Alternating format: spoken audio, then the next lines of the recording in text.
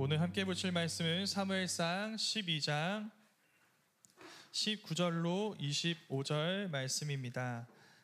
사무엘상 12장 19절로 25절 말씀을 우리 한 절씩 교독하고 마지막 절을 합독한 뒤에 아멘 살아계신 하나님의 말씀입니다 하고 고백하도록 하겠습니다. 제가 먼저 읽겠습니다. 모든 백성이 사무엘에게 이르되 당신의 종들을 위하여 당신의 하나님 여호와께 기도하여 우리가 죽지 않게 하소서. 우리가 우리의 모든 죄에 왕을 구하는 악을 더하였나이다.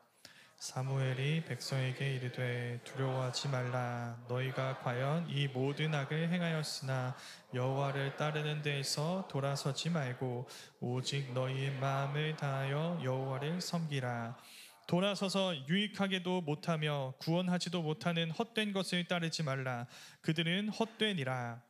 여호와께서는 자기를 백성으로 삼으신 것을 기뻐하셨으므로 여호와께서는 그의 크신 이름을 위해서라도 자기 백성을 버리지 아니하실 것이요. 나는 너희를 위하여 기도하기를 쉬는 죄를 여호와 앞에 결단코 범하지 아니하고 선하고 의로운 길을 너희에게 가르칠 것인즉 너희는 여호와께서 너희를 위하여 행하신 그 큰 일을 생각하여 굳이 그를 경외하며 너희의 마음을 다하여 진실이 섬길라. 우리 함께 읽겠습니다. 만일 너희가 여전히 악을 행하면 너희와 너희 왕이 다 멸망하리라. 아멘. 살아계신 하나님의 말씀입니다. 아멘. 이미 작년부터 우리 웨이브 공동체가 교회 전체적으로 좀 주목받고 있다는 사실을 이제 여러분들이 좀 잘 알 겁니다. 작년 말이나 올해 초에 함께하고 있는 청년들은 잘 느끼지 못하겠지만 좀 교회 오래 다닌 청년들은 사실 매주 좀 놀라고 있는 중이에요. 네, 왜 놀라냐면 계속 좀 커지고 있어요. 우리 공동체가 계속 이렇게까지 크진 않았는데 계속 좀 커지고 있는 추세 가운데 있습니다. 저도 사실 마찬가지예요. 제가 작년 초에 여러분 이름 외우느라 굉장히 많이 고생했고 그 과정에서 여러분의 이름을 잘못 부르는 실수도 여러 번 저질렀습니다. 굉장히 미안하게 생각해요. 네, 근데 또 미안하게 생각하게 될 것 같습니다. 제가 여러분의 이름을 물어봤는데 지난주에 다음 주에 또 물어보고 또 다음 주에 또 물어보고 이런 일들이 좀 있을 것 같아요. 근데 제 탓도 있겠죠. 네, 제 탓이겠죠. 근데 여러분 탓도 있다는 것을 좀 인정해 줬으면 좋겠습니다. 매주 새로 오는 청년들이 있어요. 그리고 저와 여러분이 교제하면서 이렇게 대화를 나누고 이야기를 나눌 수 있는 시간이 사실 예배 마치고 예배 전 그 시간밖에 없거든요. 그리고 저는 그때 순장 모임 가야 되잖아요. 그러니까 여러분 좀 이해를 해 주셔야 돼요. 저한테 이제 저의 이름은 뭡니다. 이거를 먼저 좀 말씀을 해 주셨으면 좋겠습니다. 시간이 많이 필요해요. 근데 이런 얘기들 나누잖아요. 사역자들 세계에서 뭐라고 하냐면 성공한 사역자라고 이야기합니다. 예수님 믿는 사람들 많아진 거 어쨌든 좋은 일이죠. 네, 좋은 일이잖아요. 그 일이 사역자의 평가 기준이 되는 일들이 굉장히 많이 있어요. 이게 그냥 디폴트입니다. 아마 여러분들도 교회 어른들 통해서 한 번쯤은 들어봤을 거예요. 야, 웨이브 부흥했다면서 비결이 뭐야? 너네 뭐 했어? 어떤 일을 했길래 이렇게 부흥한 거야? 여기저기서 막 물어봐요. 근데 그 질문들 유튜브에서도 볼 수 있습니다. 여러분이 본 적 있을지 모르겠는데 요즘 교회 유튜브 시장이 굉장히 활성화됐어요. 주요 컨텐츠가 무엇이냐? 양적 성장입니다. 근데 이거 당연한 일이에요. 왜냐하면 교회 다니는 사람들이 계속 줄어들고 있거든요. 그래서 이렇게까지 교회가 어려운 적이 없었기 때문에 이런 상황에서 교회가 커지는 이야기는 굉장히 특별한 이야기예요. 도대체 무엇 때문에 그 교회가 커질 수 있었을까? 성장할 수 있었을까?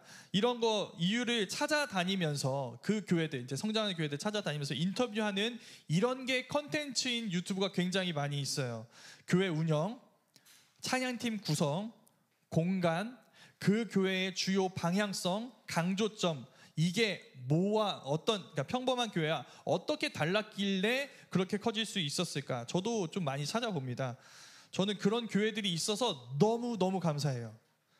먼저는 그런 교회들을 통해 많은 사람들이 복음을 듣게 되죠. 그러니까 너무 감사해요. 그리고 저도 여러 가지로 보면서 배워야 할 것들이 있는 것을 보고 배울 수 있어서 좋고 감사하고 또 몰랐던 것을 알게 되어서 성장하고 싶은 마음이 있어요. 한편으로는 제가 만나는 모든 교회에서 그런 교회의 일들이 일어났으면 좋겠어요.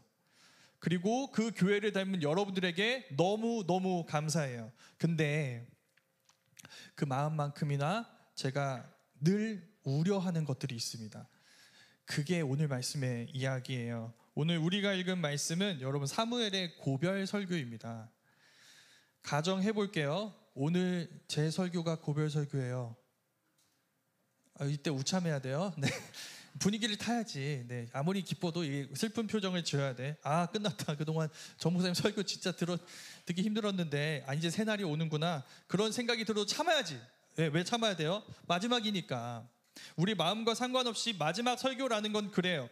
더 이상 이 포지션에서 이렇게 한자리에 모여서 저렇게 말씀을 드릴 수는 없을 거다라는 상황이 오면 슬퍼지죠. 사무엘의 상황이 지금 그런 슬픈 상황입니다. 이 마지막 설교의 메시지가 무엇인가? 이걸 듣기 전에 우리는 일단은 먼저 이 메시지가 주어진 어떤 상황에 대해서 알아야 합니다. 일단 이 메시지의 상황은 뭐냐면 고별이라는 말에 담겨 있어요. 왜 사무엘이 그냥 설교가 아니라 고별 설교, 마지막 설교를 해야 하게 되었는가? 첫 번째, 사무엘의 아들들 때문입니다. 사무엘에 이어서 사무엘의 아들들이 이스라엘의 지도자가 되었어요. 재판관이 되었습니다. 그런데 그들이 사무엘 같지 않아요. 사무엘과 다르게 뇌물을 받고 공정하지 않게 재판합니다. 그리고 여기에 불만을 가진 이스라엘 백성들이 찾아와서 사무엘에게 항의해요. 이렇게 말합니다. 당신의 아들이 율법을 따르지 않는다. 자, 사무엘서에서 이 워딩은 여기가 처음이 아니에요. 전에 어디서 이 얘기를 사무엘이 들은 적이 있습니다. 어렸을 때. 어디서 들었을까요? 엘리죠. 엘리.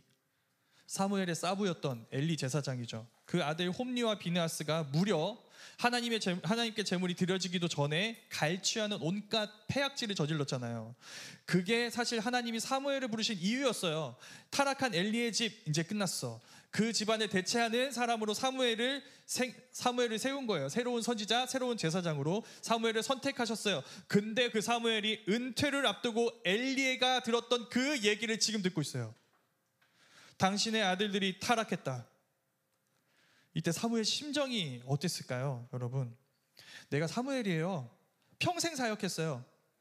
이스라엘 백성들에게 근데 내가 평생 사역했는데 내 평생 사역의 결과가 엘리래요. 이스라엘 백성들이 엘리한테 했던 말을 나한테 하고 있어요. 나나 엘리나 다를 바가 없대요. 이게 얼마나 큰 충격이고 불명예이고 절망이었을까. 근데 그게 다가 아닙니다. 백성들이 그 얘기를 하면서 사무엘에게 뭐라고 얘기하냐면 다른 나라와 같은 왕을 달래요. 우리 지난번에 나눈 것처럼 이건 사무엘과 하나님을 향한 퇴진 요구입니다. 이제 우리 인생에서, 우리 세상에서 물러나 주십시오. 우린 하나님의 백성이기를 거부합니다.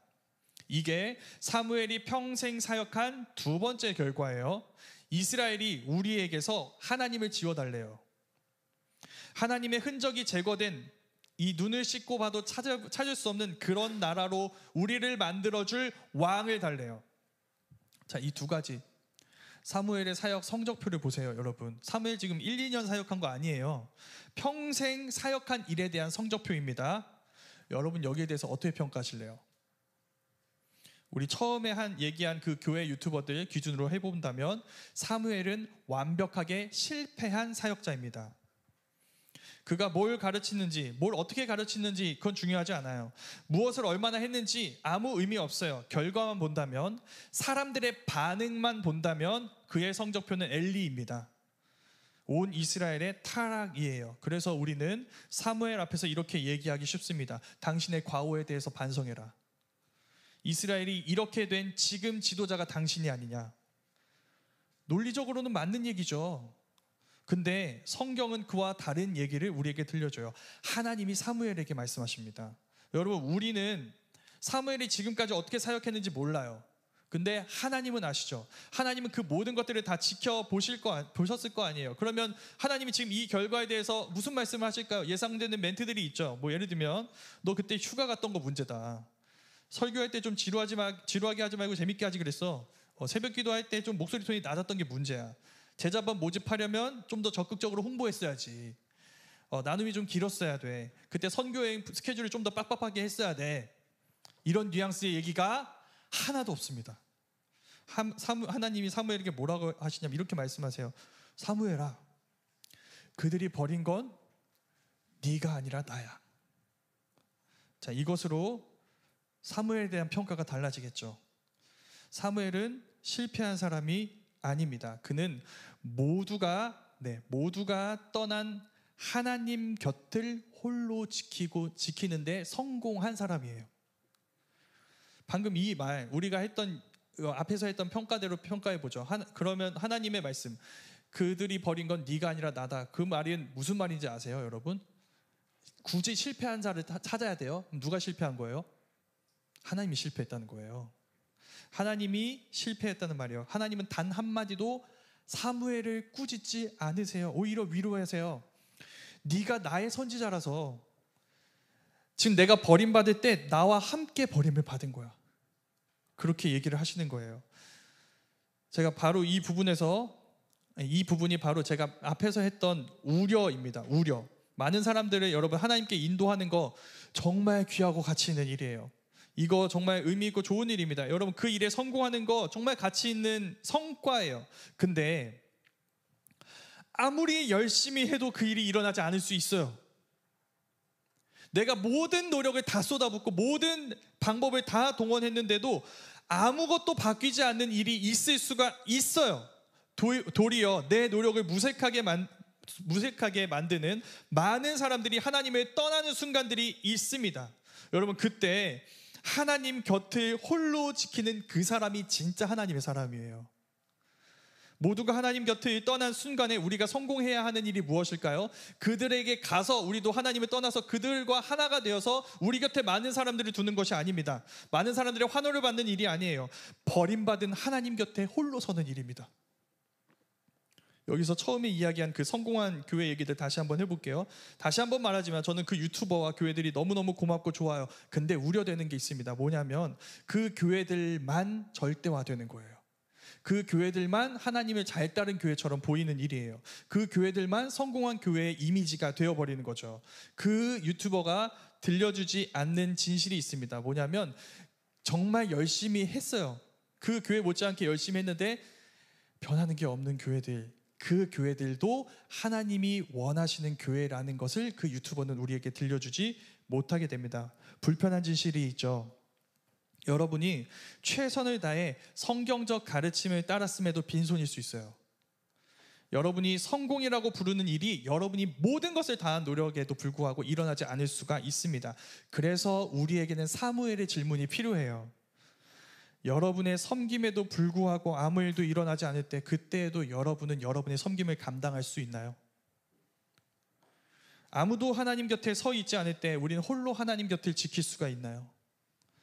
우린 하나님과 함께하기 위해서 사람들이 환호하는 성공의 자리가 아니라 당신 실패자라고 불리는 자리를 선택할 수 있나요? 솔직히 말해서 저는 이런 선택지 자체가 여러분에게 없었으면 좋겠어요.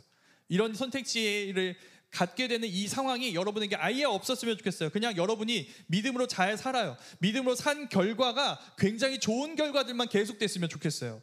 누가 봐도 올바른 방법으로 여러분이 성공하고 많은 사람들이 환호하고 축하하는 자리에 많이 올라갔으면 좋겠어요. 우리 웨이브 공동체가 하나님의 말씀이 흥왕하는 공동체일 뿐만 아니라 지금처럼 많은 청년들이 계속 모여서 함께 기뻐하고 즐거워하는 공동체였으면 좋겠어요. 그러나 언젠가 우리에겐 사무엘의 시간이 올 수 있어요. 그거 우리 힘으로 피하거나 막을 수 없습니다.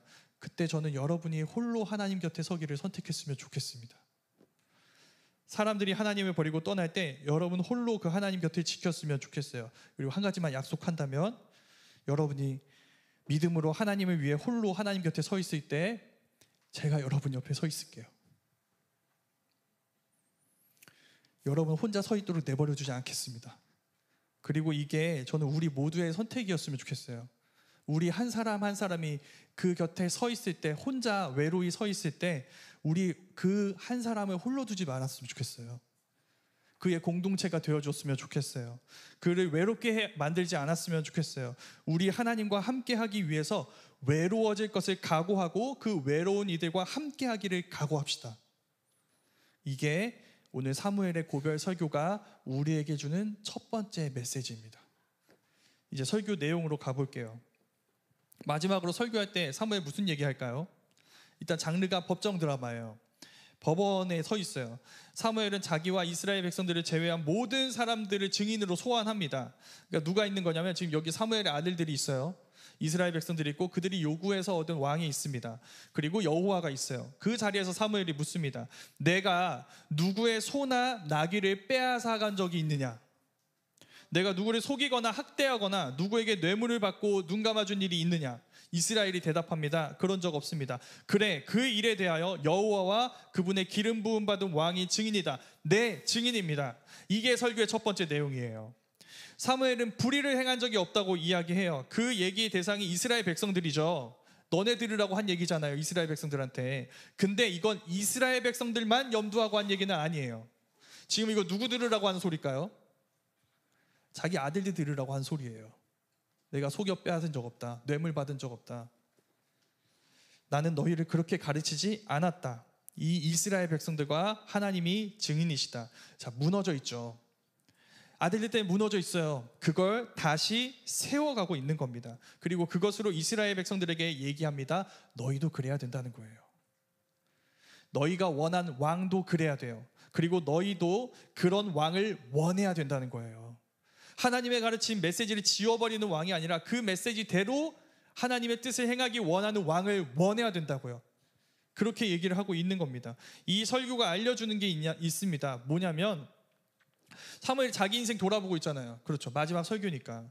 인생 돌아보면서 사무엘은 자기 지도력으로 거둔 성과나 성취에 대해서 얘기하지 않아요.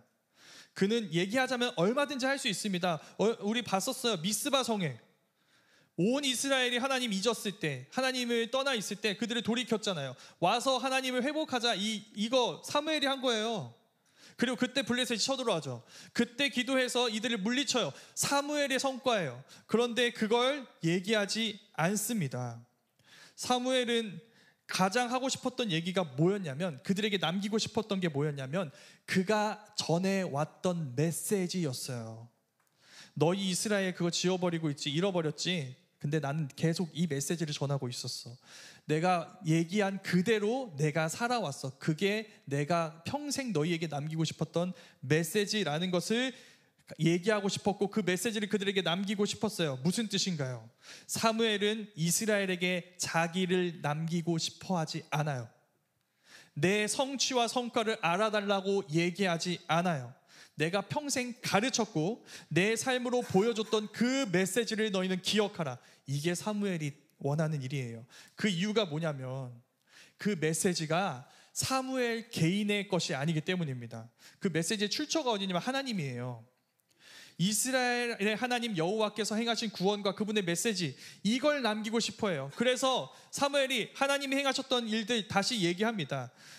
그들을 통해, 그 얘기를 통해서 다시 한번 그들에게 남기고 싶어해요. 너희 하나님의 백성이야. 너네 하나님 백성이 그거 기억해야 돼. 잊어서는 안 돼. 너네 그거 지워서는 안 된다 라고 얘기하고 있어요. 이게 사실 지금 이 상황에서 사무엘이 가장 괴로웠던 일입니다. 사무엘은, 하나님이 얘기하셨죠. 이스라엘은 사무엘을 떠난 게 아니에요. 여호와 하나님을 떠났어요. 근데 그건 여러분 역사 속에서 계속 반복해 왔던 일입니다. 지금 여기 이 가나안 땅에 있는 거 누구 때문이에요? 애굽에서 그들을 구원하신 하나님 때문이에요. 여기에서 하나님이 주신 것을 누리고 있어요. 그런데 이스라엘 계속 그 하나님을 잊어버립니다. 우리 작년에 사사기 때 봤던 말씀이죠. 이 사이클이 계속 반복돼요. 가나안에서 그들의 구원의 하나님을 잊어버립니다. 이방 민족들이 침략하죠. 괴로워하면서 하나님께 부르짖어요. 그러니까 하나님이 사사를 보내서 그들을 구원하십니다.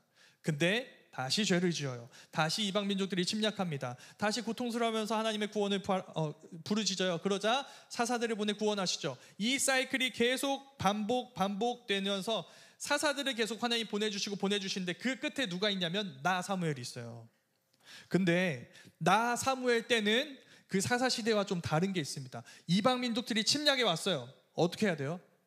하나님께 구해야 되죠. 하나님 우리를 구원해달라고 얘기해야 되죠. 근데 그때 다른 나라의 왕을 달라는 거예요. 다른 나라와 같은 왕을 우리에게 달라고 이야기해요. 하나님을 구하지 않아요. 그래서 이 이야기가 이 사무엘의 이야기가 이렇게 끝납니다. 그래서 여기 너희가 선택한 왕이 있다.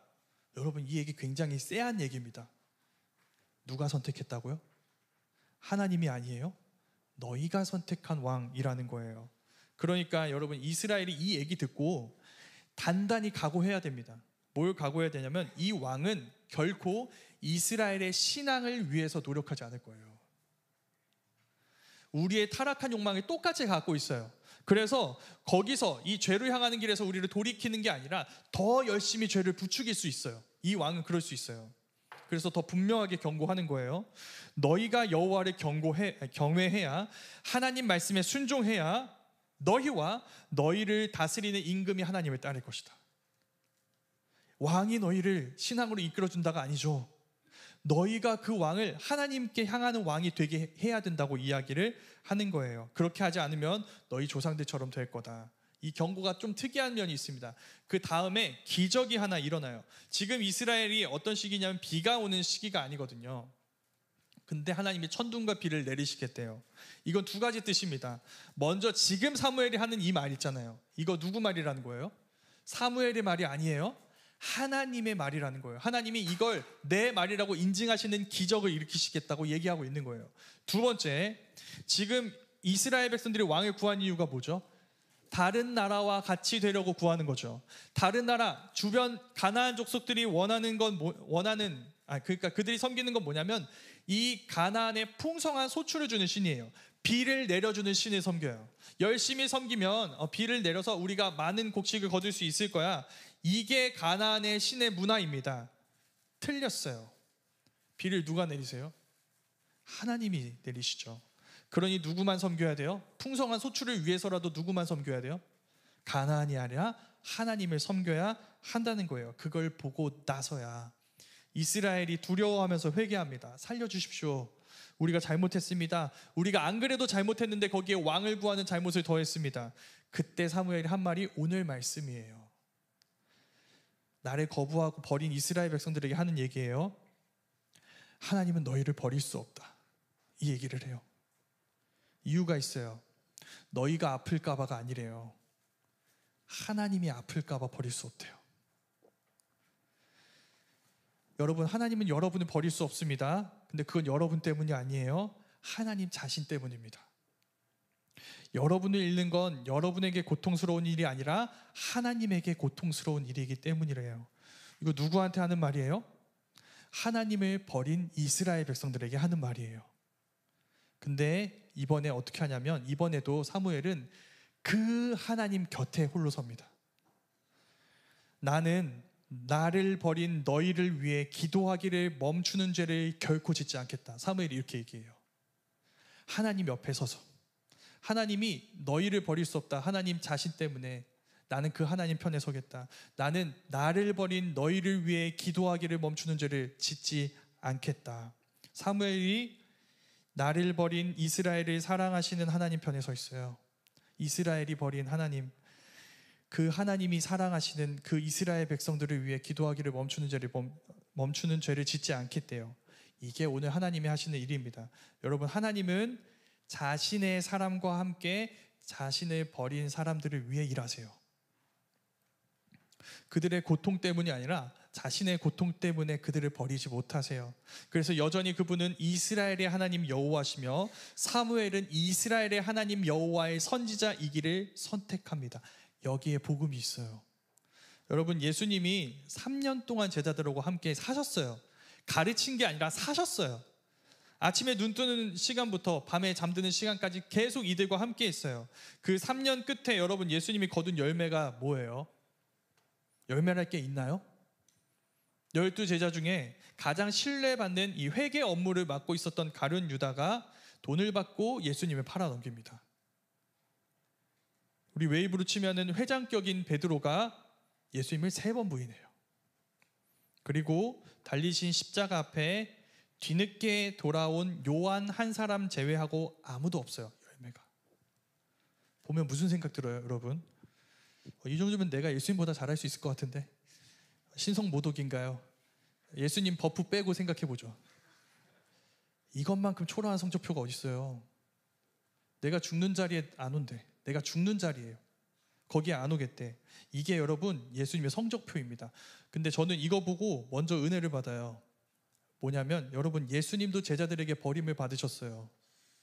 그럼 난 당연히 미움 받을 수 있겠구나.